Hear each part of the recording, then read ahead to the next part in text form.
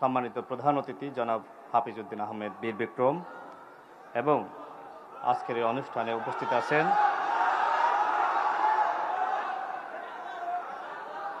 গণপ্রজাতন্ত্রী বাংলাদেশ সরকারের মাননীয় স্বরাষ্ট্রমন্ত্রী, মুক্তিযোদ্ধা বিষয়ক মন্ত্রী এবং আমার সামনে উপস্থিত বাংলাদেশ জাতীয়তাবাদী দল বিএনপির নেতৃবৃন্দ, বাংলাদেশ জামাত ইসলামের নেতৃবৃন্দ, বাংলাদেশ এনসিপির নেতৃবৃন্দ সহ উপস্থিত অতিথিবৃন্দ, আপনাদের সবাইকে শুভেচ্ছা এবং সালাম। আসসালামু আলাইকুম। আজকের এই অনুষ্ঠানে আমাদের মহামান্য রাষ্ট্রপতি উপস্থিত আছেন এবং তার উপস্থিতিতে আমাদের জুলাই যোদ্ধা এবং জুলাই শহীদ পরিবারের যে অবদান, সেই অবদানকে রাষ্ট্রীয়ভাবে স্বীকৃতি দেওয়ার জন্য আজকের এই আয়োজন। এটি একটি সার্বজনীন রাষ্ট্রীয় অনুষ্ঠান। এখানে রাজনৈতিক বিতর্কের কোনো অবকাশ নেই। জুলাই গণ অভ্যুত্থানে আমরা সবাই একতাবদ্ধ হয়ে রাজপথে নেমে ফ্যাসিস্ট আওয়ামী সরকারের পতন ঘটিয়েছি। এটি বাস্তব যে শেখ হাসিনার পতনের পরে আমাদের রাজনৈতিক মত এবং পথ ভিন্ন হয়েছে এবং অন্তর্বর্তীকালীন সরকার যে নির্বাচন আয়োজন করেছিল, সেই নির্বাচনের মধ্য দিয়ে বাংলাদেশে একটি সরকারি দল যারা জনগণের সেবায় কাজ করছে এবং গণতান্ত্রিক যে অগ্রযাত্রা সেটির সৌন্দর্য বৃদ্ধিকরণের লক্ষ্যে বিরোধী দল তারাও বাংলাদেশের জনগণের কল্যাণে কাজ করছে। আজকের এই অনুষ্ঠানের শুরুতে যে ধরনের মতপার্থক্য পরিলক্ষিত হয়েছে, আমি মুক্তিযুদ্ধ বিষয়ক মাননীয় মন্ত্রীকে ধন্যবাদ জানাই যে তিনি দুঃখ প্রকাশ করেছেন।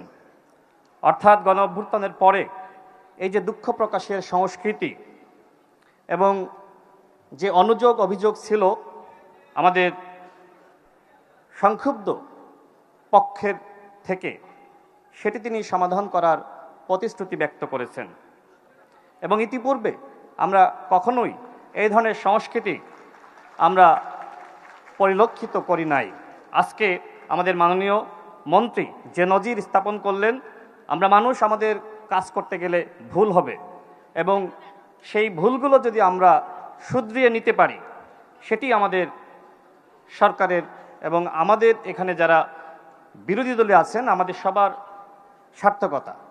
আমাদের জুলাই যোদ্ধা এবং শহীদ পরিবারের অনেক রাগ, ক্ষোভ, অভিমান আছে এবং অনেক সময় তারা সেই ক্ষোভের বহিঃপ্রকাশ ঘটিয়ে থাকেন এবং এর ন্যায্যতাও আছে।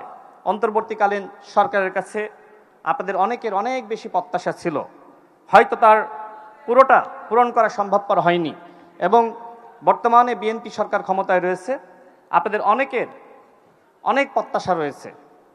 আমাদের মাননীয় প্রধানমন্ত্রী জনাব তারেক রহমান তিনি জনগণের প্রত্যাশা পূরণে কাজ করে যাচ্ছেন এবং আপনারা যদি জুলাই যোদ্ধারা, জুলাই শহীদ পরিবার, এদেশের জনগণ বিএনপি সরকারের পাশে থাকেন, ইনশাল্লাহ জুলাই শহীদ পরিবার, জুলাই যোদ্ধাদের, এমনকি আমাদের বিরোধী দলের যে আকাঙ্ক্ষা, সেই আকাঙ্ক্ষার ইনশাল্লাহ বাস্তবায়ন করতে পারবেন বাংলাদেশের মাননীয় প্রধানমন্ত্রী জনাব তারেক রহমান। আমি বক্তব্য দেওয়ার শুরুতে অনেকে হয়তো সংক্ষুব্ধ হয়েছেন, কিছু প্রতিক্রিয়া ব্যক্ত করেছেন। আমি আপনাদের এই প্রতিক্রিয়াকে স্বাগত জানাচ্ছি। গণতান্ত্রিক বাংলাদেশে আপনাদের এই যে প্রতিক্রিয়া ব্যক্ত করার স্বাধীনতা, এটাই তো আমাদের সবথেকে বড় অর্জন, যে আপনারা কথা বলতে পারছেন, আপনাদের কথা বলার বাক স্বাধীনতা রয়েছে। সুতরাং এই বাক স্বাধীনতাকে আমরা মূল্যায়ন করে সামনের দিনে আমরা অগ্রসর হব ইনশাআল্লাহ। আমি যে কারণে এখানে বক্তব্য দিতে এসেছি, আমি জুলাই গণঅভ্যুত্থানে যেহেতু নেপথ্য থেকে কাজ করেছি, এখানে জাতীয় নাগরিক পার্টির সম্মানিত সদস্য সচিব আক্তার হোসেন তিনি আমার বিষয়ে আরও ভালো বলতে পারবেন। তার সাথে তিনি জেলে যাওয়ার ঠিক আগ মুহূর্ত পর্যন্ত তার সাথে আমার বিভিন্ন বিষয়ে কথা হয়েছে, সমন্বয় হয়েছে। এবং আমাদের মাননীয় স্বরাষ্ট্রমন্ত্রী এখানে বসে আছেন। মাননীয় স্বরাষ্ট্রমন্ত্রী তিনি ভারতে নির্বাসিত জীবনে ছিলেন এবং তিনি জেল থেকে মুক্তি পাওয়ার পরে তিনি যেখানে যে রিসোর্টে তিনি একটা রুম ভাড়া করে অবস্থান করছিলেন, সেখানে থেকেই বাংলাদেশের গণতান্ত্রিক আন্দোলনে তার জায়গা থেকে তিনি সর্বাত্মক ভূমিকা রাখতে চেষ্টা করেছেন। এবং আমাদের জাতীয় নাগরিক পার্টির সদস্য সচিব জনাব আক্তার হোসেন তিনি জানতেন যে এই আন্দোলনের পিছন থেকে বিএনপি গুরুত্বপূর্ণ ভূমিকা রাখছে এবং সেক্ষেত্রে আমাদের স্বরাষ্ট্রমন্ত্রী তার সাথেও আক্তার হোসেনের কয়েকবার মিটিং হওয়ার কথা ছিল, কিন্তু টাইম সমন্বয় হয়নি। কিন্তু আমার মাধ্যমে অনেক তথ্য উপাত্ত অনেক কিছু আমি আক্তার হোসেনের কাছে পৌঁছে দিয়েছি। আমাদের বাংলাদেশের মাননীয় প্রধানমন্ত্রী তিনি জুলাই গণঅভ্যুত্থানের সাথে তিনি সক্রিয়ভাবে জড়িত ছিলেন। তিনি লন্ডনে নির্বাসিত জীবনে ছিলেন, কিন্তু সেখানে থাকা অবস্থায় তিনি বিএনপিকে পরিচালিত করা এবং আমরা যারা যুগপৎ আন্দোলন করছিলাম সেই যুগপৎ আন্দোলনকে তিনি নেতৃত্ব দিচ্ছিলেন। এর মাঝে 2018 সালের কোটা সংস্কার আন্দোলন আমরা যেটা সফল করেছিলাম, 2024 সালে আবারও শেখ হাসিনার পতনের মাধ্যমে কোটা ফিরে আসে এবং এর প্রেক্ষিতে আমাদের বর্তমান প্রধানমন্ত্রী জনাব স্বরাষ্ট্রমন্ত্রী এবং বিএনপির অন্যান্য দায়িত্বশীল নেতৃবৃন্দ সহ ডাকসুর সাবেক ভিপি নুরুল হক নূর, বর্তমান বিএনপি সরকারের প্রতিমন্ত্রী এবং আমির রাশেদ খান, এছাড়া ছাত্রদলের সভাপতি সাধারণ সম্পাদক সহ আমরা বেশ কিছু মানুষ একসাথে আলোচনা করেছিলাম যে ছাত্রদের এই আন্দোলনে রাজনৈতিক দল হিসেবে আমাদের যথেষ্ট দায়িত্ব রয়েছে এবং সেই দায়িত্বের যথাযথ সমন্বয় করেছেন আমাদের এখানে উপস্থিত আমাদের স্বরাষ্ট্রমন্ত্রী। আমি বক্তব্য বাড়াবো না, যেহেতু আমাদের 36 জুলাই চলছে। আমি সবার অবদান স্বীকার করতে চাই। আমি স্বচক্ষে আমি যতটুকু জানি, যতটুকু আমি দেখেছি, আমাদের স্বরাষ্ট্রমন্ত্রীর সাথে আমি একদিন কথা বলছিলাম, যেহেতু তিনি মাননীয় প্রধানমন্ত্রীর পক্ষ থেকে জুলাই গণঅভ্যুত্থানে তিনি রাজনৈতিক দলগুলোকে সমন্বয় করার দায়িত্ব পালন করছিলেন। তো সেক্ষেত্রে এখানে জামাত ইসলামের সেক্রেটারি জেনারেল উপস্থিত আছেন। আমি তার কাছে জিজ্ঞেস করছিলাম যে ওই সময় আসলে জামাতের কোন নেতার সাথে আপনি কথা বলতেন। তিনি বলেছিলেন যে জামাতের বর্তমান এমপি আব্দুল্লাহ মোহাম্মদ তাহের সাহেব। তো আমি জুলাই গণঅভ্যুত্থান নিয়ে একটি ইতিহাস লিপিবদ্ধ করতে গিয়ে আমি এই তথ্যগুলো পেয়েছি। সেক্ষেত্রে আমি আবার আব্দুল্লাহ মোহাম্মদ তাহের ভাইয়ের সাথে কথা বলেছিলাম যে জুলাই গণঅভ্যুত্থানের সময় বিএনপির কোন নেতার সাথে আপনার সব থেকে বেশি কথা হতো বা সমন্বয় হতো। তিনি আমাকে বলেছিলেন বর্তমান স্বরাষ্ট্রমন্ত্রী জনাব সালাউদ্দিন আহমেদ। আপনারা আব্দুল্লাহ মোহাম্মদ তাহের ভাইকে জিজ্ঞেস করতে পারেন। অর্থাৎ গণঅভ্যুত্থানের সময় বিএনপি, জামাত ইসলাম, এমন এনসিপি সেই সময় গঠিত হয়নি, ছাত্ররা ছিল, আমরা সবাই একসাথে কাজ করেছি। এছাড়া গণতন্ত্র মঞ্চের অন্তর্ভুক্ত দলগুলো, এখানে গণসংহতি আন্দোলনের সভাপতি আমাদের জুনায়েদ সাকিব ভাই আছেন, আরও যারা বাম প্রগতিশীল, এমনকি হেফাজতে ইসলাম, এমনকি আমি হেফাজতে ইসলামের নেতৃবৃন্দের সাথে কথা বলেছি যে জুলাই গণঅভ্যুত্থানের সময় বিএনপির পক্ষ থেকে আসলে কি ধরনের ভূমিকা ছিল আপনাদের সহযোগিতা করার জন্য।